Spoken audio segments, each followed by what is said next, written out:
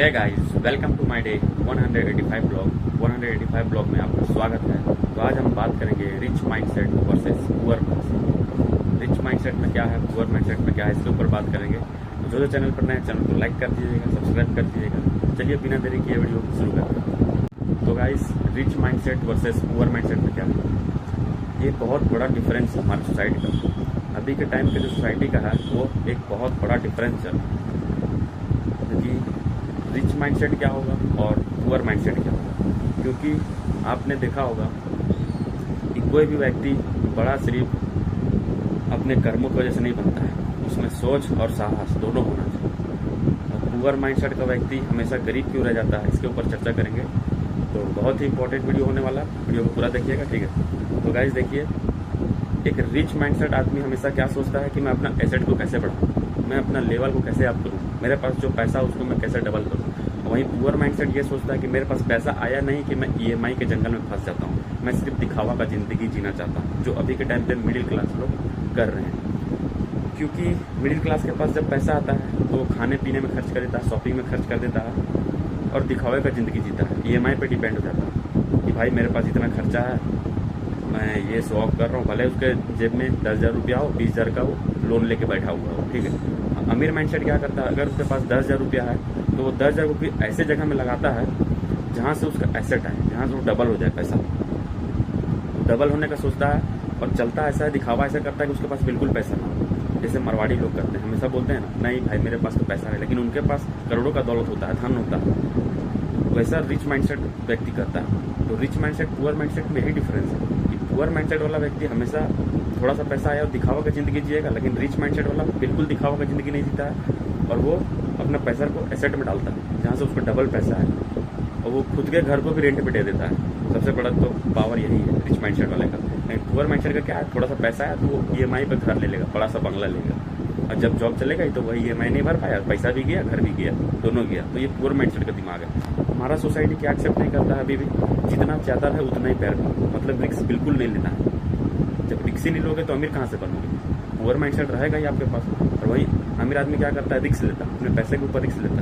अगर जीतने का 2% भी चांस है तो वो रिक्स लेगा, भले वो पैसा चल गया, क्योंकि वो रिक्स लेगा तभी तो उतना बड़ा आदमी बनेगा। आज मुकेश अंबानी अडानी कैसे बन गया, रिक्स लिया। अगर वो ये सोचता है कि नहीं भाई ये पैसा मेरा डूब जाएगा, जो भी मैं कमाया हूँ इतना लाख रुपया, वो मेरे बैंक में रहना तो एफडी में कर देता हूँ, तो क्या वो आज अडानी बन पाता, मुकेश अंबानी नहीं बन पाता।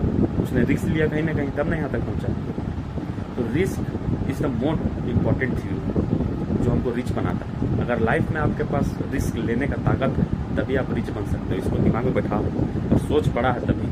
ये दो चीज़ जब मिल जाते हैं ना, तब आपको रिच बना के ही छोड़ते हैं। एक पुअर माइंडसेट आदमी जनरल डिब्बा में जाता है, धक्के खाते हुए जाता है, अपना फैमिली को लेके जाता है, ना बैठने का सीट ना उठने का सीट। और वहीं रिच माइंडसेट एक मस्त एसी क्लास में जाता है, फर्स्ट एसी क्लास में आराम से बैठा हुआ है, सोया हुआ है, फैमिली के साथ आराम से खाना खा रहा पी रहा है।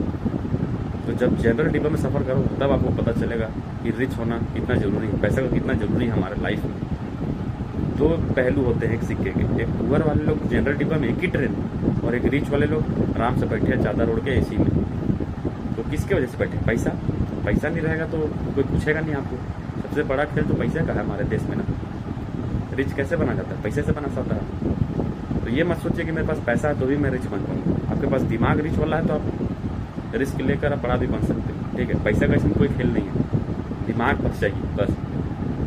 अडानी क्या, उसके पास पैसा था एक समय में, 10,000 रुपया वो भी प्लेटफॉर्म में बेचता, बेचा करता था सब्जी फल वगैरह। धीरू भाई अंबानी पेट्रोल पंप पे काम करते थे। तो दिमाग उनके पास था, रिस्क लेने का क्षमता था, तब जाके वो यहाँ तक पहुँचे। तो ये सबसे बड़ा जाल जो हमें ट्रैप कर रहा है ना मिडिल क्लास का लोग, जो हमें अमीर नहीं बनने दे रहा है। एक तो रिस्क नहीं ले पा रहा है, दूसरा ईएमआई के जंगल से नहीं निकल पा रहा है। जिस दिन ये दो चीज़ छोड़ोगे उस दिन मैं सही बोल रहा हूँ, तुम रिस्क लेके देखो, तुम देखना लाइफ में कहीं ना कहीं बहुत आगे निकल जाओगे। उन लोगों से तो आगे निकल जाओगे जो सर्कल में तुम्हारे हैं, क्योंकि तुमने रिस्क लिया। कभी भी ईएमआई के जंगल में मत फंसी। जितना तुम्हारे पास है उस पैसे को सोचो कि मैं कैसे डबल करूँ, कैसे इसको फंसाऊँ कहीं एसेट में लगाऊँ कि वो मेरे को वहाँ से रिटर्न बना के दे। ये नहीं कि जैसे ही 10,000 रुपया आया, ईएमआई ले लिया, मोबाइल ले लिया, शॉपिंग कर लिया, आज वहाँ खाना चल गया होटल में। यही तो ट्रैप है, यही मिडिल क्लास ट्रैप हो जाता है। और मिडिल क्लास ही रह जाता है हमेशा, कभी बड़ा नहीं बन पाता।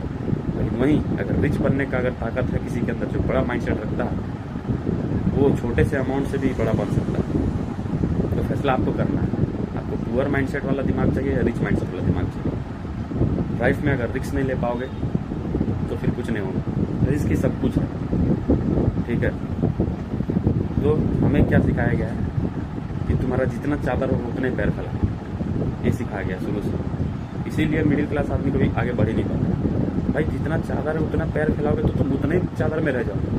पैर बड़ा फैलाओगे, सपना बड़ा सोचोगे, औकात से बड़ा सोचोगे, तब तो वहाँ तक पहुँच पाओगे, है कि नहीं। लेकिन वहाँ तक तो सोचने देगा तब तो जब हमारा फैमिली मेम्बर ही या कोई गांव का मेंबर ही या ऐसा सोसाइटी हमारा है कि नहीं भाई बड़ा मत सोचना, नहीं तो गिर जाएगा, रिस्क लेगा तो औंधे मुँह जाएगा। इसलिए तो कोई बिजनेस नहीं कर रहा हमारे देश में।